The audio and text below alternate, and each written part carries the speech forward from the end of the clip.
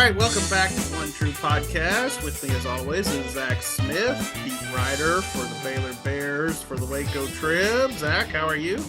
Lovely day. World Series going on. It's a good day in the neighborhood. I have gleefully not watched one pitch. I know our guest is probably a Houston Astros fan too, but.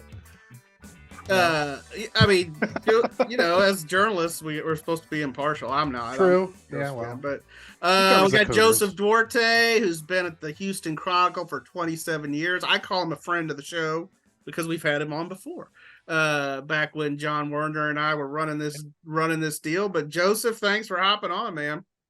And for the record, no, I'm not a fan. I went to a bunch of games as a kid to the Astros more than the Rangers, but I covered them for 5 years, so that kind of desensitized me from the whole rooting for them. We have time at the end of the show. I'll share a really good baseball story, but we can get into football first because I know that's what Brice loves to talk about. That's what we're here for. Unless the Astros were in the World Series, then he'd want to talk about that. Well, sure, I'd be wearing my hat. So, guys, we could call Saturday the Disappointment Bowl. It may be as close as either of these teams gets to a bowl game. It's been kind of a rough year for both the Cougars and the Bears. They've gone through erratic, kind of disappointing seasons. U of H 3-5 overall, 1-4 in the Big 12, and of course that only Big 12 win came on a Hail Mary pass against West Virginia. What a finish that was. Baylor, meanwhile, also 3-5 and 2-3 in the conference. Both those wins on the road. They suffered another humbling home loss last week against Iowa State. So the Cougars have not won a road game this year. Baylor has not beaten an FBS team at home. It's the proverbial something's got to give. So what do you say? Who wins on Saturday? Joseph, what do you think? I wish we could bring back the rule where you could have a tie. I mean, this one would be the one that fits that. This feels like a sister kisser, yeah. But no, you make the case both need a win. You look at Houston's situation coming off of Texas and Kansas State, and this is going to be a step down in terms of what they faced the last 2 weeks. But I mean, they need a win. They've got to win 3 out of 4 for bowl eligibility. I don't think anybody's looking at that realistically, just the way the season's panned out. But you've got 2 coaches as well with Dana Holgorsen and Dave Aranda that this could be a very important month in terms of maybe their futures and what happens there. I know that Dana has been on the hot seat here, and there's been some rumbling, and the fan base is not happy with the state of things. But they knew coming into the first Big 12 season that it was going to be tough. And to borrow Dana's line to me, he says, look, this is life in the Big 12. This is what Houston signed up for, and they're getting a heavy dose of it in year 1. Yeah, no doubt. Zach, what do you think? Yeah, I think it's Dave Aranda and even Matt Jones and Josh Cameron yesterday were talking about how close Baylor was against Iowa State, even what the score ended up being. And I think some of that is coach speak, and some of that is just trying to smoke and mirrors. But maybe Matt Jones tackle here, a Blake Shapen pass there that's maybe on target, and that's a very different game. So I think Baylor has the talent, right? And I think what you're seeing from the new guys, Cincinnati, UCF, Houston, is maybe there is a bit of a talent gap. So I think it's a good chance for Baylor to, get back in the winning thing. I know I've been sunshine and rainbows all season when it comes to the Bears, but I think it's a good chance for Baylor to kind of right the ship and get their first win at McLean Stadium in over a calendar year. So wow, yeah, first win over an FBS team. Yes, FBS win. Yeah, Long Island. They did beat those Long Island Sharks. Brutal. I don't know what to think about this one, but I haven't really known what to think about Baylor all season. I don't really know how to pick it. I'm leaning toward the Bears just because, getting shut out. That's yeesh. That's pretty ugly. Now, K-State's good. I think K-State, is on the rise, but nevertheless, so That was Houston's first shutout since 2000. Am I reading Yes, that correctly? 291 consecutive games, and you go back to 2000. It was against Texas. That was the Clinton administration for you history buffs. But yeah, and that's that you brought up one about leaning towards Baylor. If the Houston that played Texas comes out, I'd go with Houston, because that was not the 21-0 down having to come back Houston, but just the way that they played in that second half. And then you look at sort of how they played Texas Tech for one half, and they were able to keep up. So Houston's shown flashes. It's just they either get off to a slow start or they have some type of epic comeback, because the West Virginia game should have been a loss. I mean, they gave up the lead in the last 12 seconds, and when you need a Hail Mary, that's saying something to be in that position. But they've had their it's completely been a roller coaster this season. Yeah, no doubt. So Joseph alluded to it, but neither of these teams' fan bases are probably ready to build a statue for their head coach right now. Tom Herman could have got one. Yeah. Well played. So Dana Holgorsen took over Houston in 2019. And after a couple losing seasons, the Cougars then went 12-2 in that 2021 season, won the American. Last year, they're 8-5, still pretty solid. And then we have the backpedaling of this season. As Joseph said, it is a new conference. Meanwhile, then you got Dave Aranda. He took over Baylor a year later than Holgorsen, 2020. And of course, we all know that 2020, you just have to that was a wash for everybody. So that first season was a mess for Aranda, but then kind of like Houston, they took off in 2021. Bears go 12-2, win the Big 12, win the Sugar Bowl. Everything is, as Zach would say, sunshine and rainbows. Last year, they fall back. They're 6-7. They were the preseason Big 12 favorite. They did not live up to that. So it may not be completely fair for me to ask which of y'all think whose seat is hotter, because, Joseph's plugged into Houston, Zach's plugged into Baylor. But how about this? On a scale of 1 to 10, how hot is the seat for each of these guys? Joseph, how hot is Dana's seat? I think he's about an 8. And, and before Zach weighs in on Aranda, I think Aranda, that one season gets you some cred. I mean, he came in, New Year's Six Bowl championship. Dana hasn't won any of that. Right. They won the Birmingham Bowl. They won the Independence Bowl. And, 20 wins in 2 seasons, but it was the American. And they wanted to have him go into this year. He's done this before at West Virginia. I mean, heck, he even got a contract extension because Houston got into the Big 12.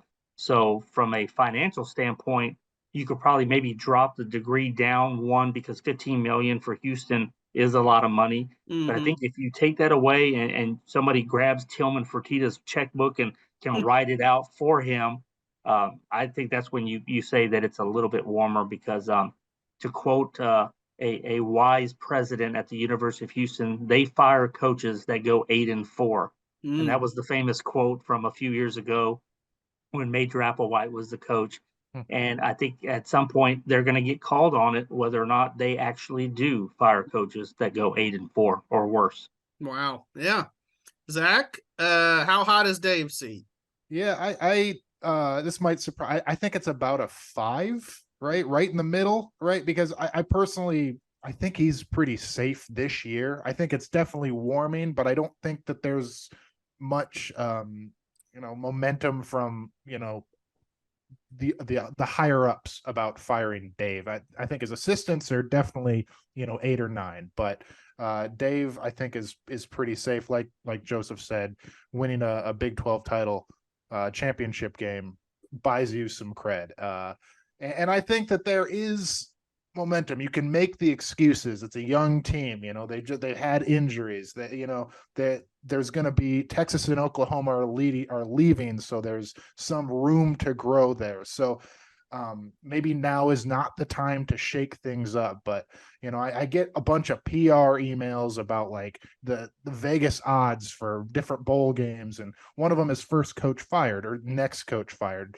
Jimbo Fisher tops the list. Tied for second are Aranda and Holgorsen. Wow. So like I don't know what that says. I don't think he's going to get fired this year, but you never know. And especially I know never Joseph, know. Yeah. I do think they're,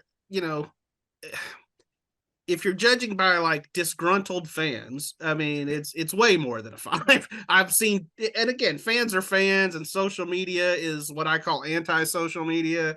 And I saw one tweet the other day from some Baylor fan who said, "If they run this back, they'll lose me forever." I mean, that's fan speak. I mean, that's that's like me pissing and moaning about the Rangers being in the World Series. But that same fan is in section 125, row 12, seat B the next week. So I mean, it's an emotional tide roller coaster. But Zach brings up a great point that we don't know what's going to happen after this year in terms of who's going to be the big dog in the conference. It's up for the taking. I mean, is it Oklahoma State? Is it Baylor? Is it TCU again? And I think that says something for Aranda that he has the ability to maybe turn this thing around a lot quicker, because at Houston, not many people thought that they were even going to be the top newcomer coming in and having a good. Everybody thought it was going to be UCF, maybe Cincinnati, and I don't see Houston being any closer right now, because if you look at recruiting, they haven't really done anything this year, and I think that has to do with maybe some uncertainty in the program and the lack of on-field success. Sure. And I know I say 5, and I only say that just based on, I know I'm new here, but based on what I know of Mack Rhoades, the AD, and the Baylor finances and all that stuff. So just based on what I know, that's the only reason I say 5. I agree that it could be higher. But, that's completely fair and right. I mean, and I acknowledged as much in a column. So a few weeks ago, I wrote a column giving Dave a very shaky vote of confidence. Not that my vote matters, but basically on what Joseph said, I feel like that 2021 season still has like a little bit of cachet. He did it once, and you hear a lot of, well, he did it with Matt Rule's guys. Well, okay, but you still have to coach those guys. Matt Rule wasn't out there stopping Oklahoma State on the 1-inch line. I mean, it was Dave and his guys. So, I was around Mack Rhoades for about 4 years, and Mack is not wear his emotions on his sleeve. I mean, he's a fiery guy, but he doesn't just make knee-jerk reaction type deal. And it would have to be something that's certainly been building, and he just doesn't see the direction of the program. And everything that I've heard from him on your podcast or just elsewhere, he doesn't seem like it's everybody jumping off the ship type of moment for the program. Not happy? Yeah. Should they do better? Yes. But I think that's something to also consider, because Mack is not going to just make a quick reaction for the sake of doing it, because he's been other places that have done that and he's seen the results. Yeah, absolutely. I agree with all of that. I will say, and Zach kind of hit on it, if we were judging coordinators, I'm saying Jeff Grimes' seat is about a 15. So that's fair. I'm just putting that out there. Let's move on. So for all the talk about Oklahoma and Texas, Sooners, Longhorns, that's what we're getting in the Big 12 championship game. We actually have a 5-way tie atop the Big 12 standings with those two teams, plus K-State, Oklahoma State, and Iowa State. Of course, Kansas State hosts the Longhorns this week in a marquee Big 12 game in Manhattan. I feel like Chris Kleiman's team, might be playing as well as anyone in the conference. The last 2 weeks, they've won by a combined score of 81-3. Now, you could say what you want, I guess, about the opponents, but how worried should Texas fans be about this game? It's in Austin, so maybe not as much. I'd be worried a little bit more if they were having to go on the road. Oh, so it's not in Manhattan, huh? No, it's in Austin. No, it's in Okay, my Austin. bad. And for that reason, I would lean towards Texas. And you're right, this is a big one. This will start eliminating teams, we think, in terms of how things will shake out. Oklahoma State has the easiest pathway to it, because I believe after this weekend's Bedlam, they play the three of the newcomers with UCF, Cincinnati, and Houston.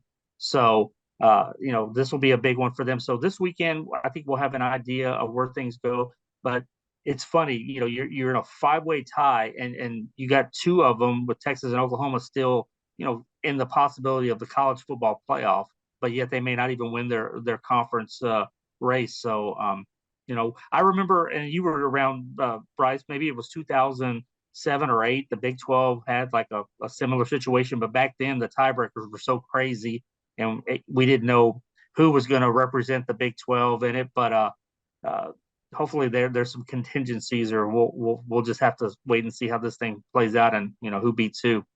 Yeah, I was around. I've been at the Trib 25 years, so I can remember that. Zach, I mean, what do you think?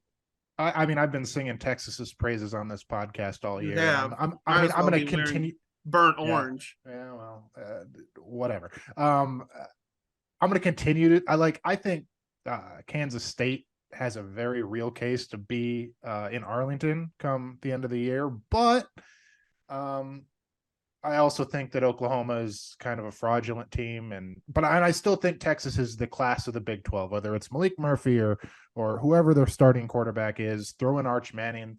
I think talent wins out, and they have more talent than anyone in the Big 12. So I think they definitely should keep their head kind of on a swivel against Kansas State. Kansas State's a very good team, should not be overlooked, but give me the Longhorns.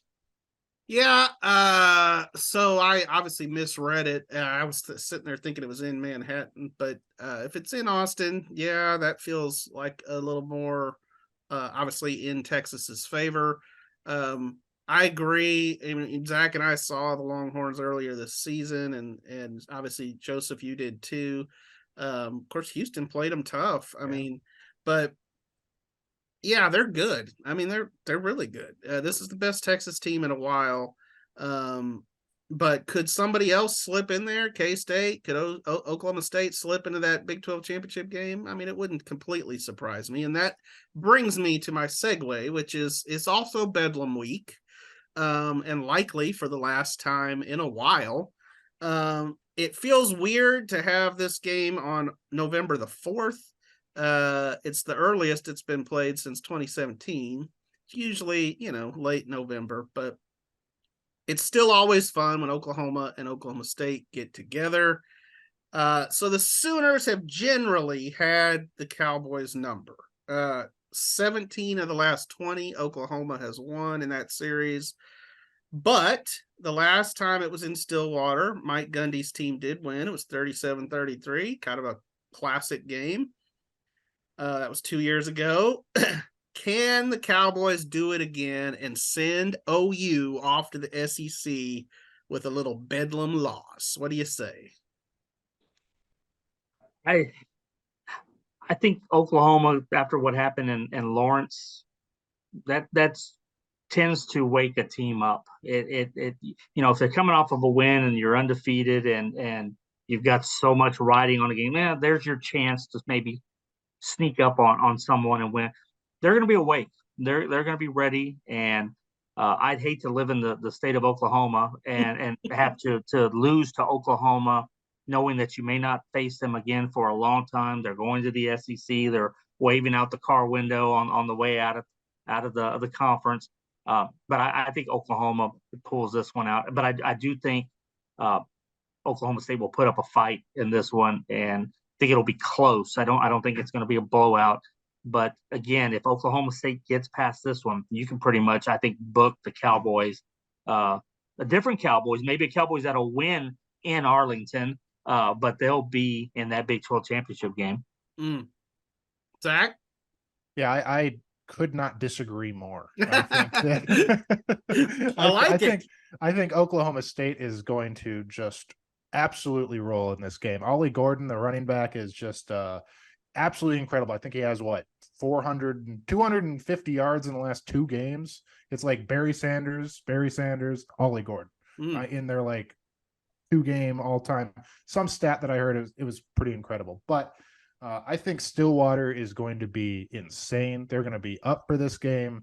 Mike Gundy is going to have this team is excited like they're, shotgunning Red Bulls before the game. I think that's how excited, that's how much energy they're going to have for this game. So I expect Oklahoma State to come out and absolutely run over what I think is a pretty fraudulent Oklahoma team that has been kind of winning by smoke and mirrors. Yeah, they got up for the Texas game. That was their Super Bowl. And since then, and even before then, I think there were some iffy performances. So give me the Oklahoma State Cowboys in this game, and I'm pretty confident in that one.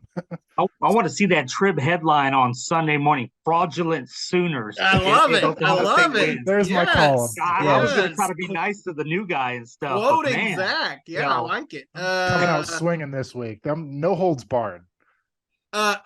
So I attended college in Oklahoma. I'm from the lovely town of Brenham, Texas. Joseph Duarte worked at the Brenham Banner Press at one time. So did I, straight out of college. And I was surrounded. I went to Oklahoma Baptist University. I was surrounded by Sooner fans. And so I have many Sooner fan friends still. And, I'm on these various text threads. And of course, they and everyone else they're ready to string Jeff Lebby up. They were not happy with the play calling this past week in the Kansas game. They were not happy with the level of tackling. It sounded a lot like a lot of Baylor fans' gripes, honestly. But yeah. And yet I'm leaning towards what Joseph said. I think the Sooners, just because they have that sort of big brother thing against Oklahoma State. Like there is, I feel like, a mental block with Oklahoma and Oklahoma State. Like, oh yeah, you're the kid brother, shut up. I mean, now I agree with Zach that I think Stillwater will be rocking. I've attended many, many games there, and those fans are right on top of you. It's going to be, orange everywhere. I mean, it'll be a fun atmosphere for sure. But I feel like Dylan Gabriel and those guys get it together and win. But we'll see. It'll be fun. You sound like 2 Michigan fans talking to a Michigan State fan. Like, I didn't grow up with this my entire life. Like, yes, I've been called little brother. Michigan State has been called little brother. I love it. I've heard it my entire life. Give me the Cowboys. Wait till we talk about Texas and Texas A&M again. Absolutely. I was just thinking that. You can keep that in the SEC. This is a Big 12 podcast. Can't wait. Shoot. Well, next year on our podcast, they'll both be in the SEC. We'll still talk about that game. I'm still going to bring up. I guess this is a Big 10 podcast at this point too. So. Joseph, I saw that Dana's still a little salty about that 2020 thing, isn't he? Yeah, to his credit, he didn't bring it up. I did. I wanted to see what I could get out of him, and he joked that when was he going to hold off a little extra this week to sending the equipment truck just in case. But he did mention that Mac was a little feisty on it because they had to have a little phone call and not smooth things over, but sort of just clear the air. But it was funny, and that whole not the COVID situation, but just the way that the whole scheduling deal had to go, and you were looking for teams like on a day or two's notice. But yeah, Dana was pretty feisty. I remember that week very vividly, and to post that photo on Twitter. This is a rivalry, and I'm glad it's back. I wasn't in the business when the Southwest Conference ended. I was in college, so I was around the Southwest Conference. But this is the type of game you need. Dana wants Baylor to be one of those permanent rivals, and I don't know necessarily how that's going to work out and what the Big 12's thinking is ultimately going to be. But this game should be played between these two schools. Houston should play TCU. They played Texas Tech a lot since the breakup. But when it comes to TCU and Baylor, there hasn't been very many games. So this was a fun one, and I think this one should be played on a regular basis. Yeah, absolutely. I agree. That would be cool. Any of those old Southwest Conference matchups are fun.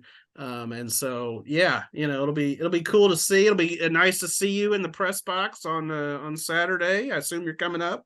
I am. They still doing ice cream?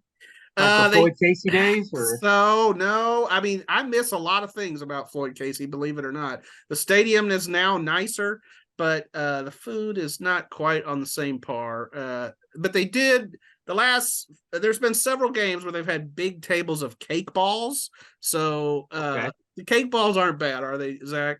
No, cake balls are the best. And yeah, cake balls are the best. And they're little, and so then you end up like filling up on them, and yeah, it's a mess. Too many cake balls. Well, I've already made some calls to see if I can get past the Fort Knox security and visit Drayden before the game, just to say hello. It's been a while since I've seen him, but this is my first visit. I'm hoping to get there early and see if I can get on the little boat that takes me across the river, or pay somebody. I don't know how much sailgating will be happening on Saturday. In fact, I believe a lot of good seats will be available.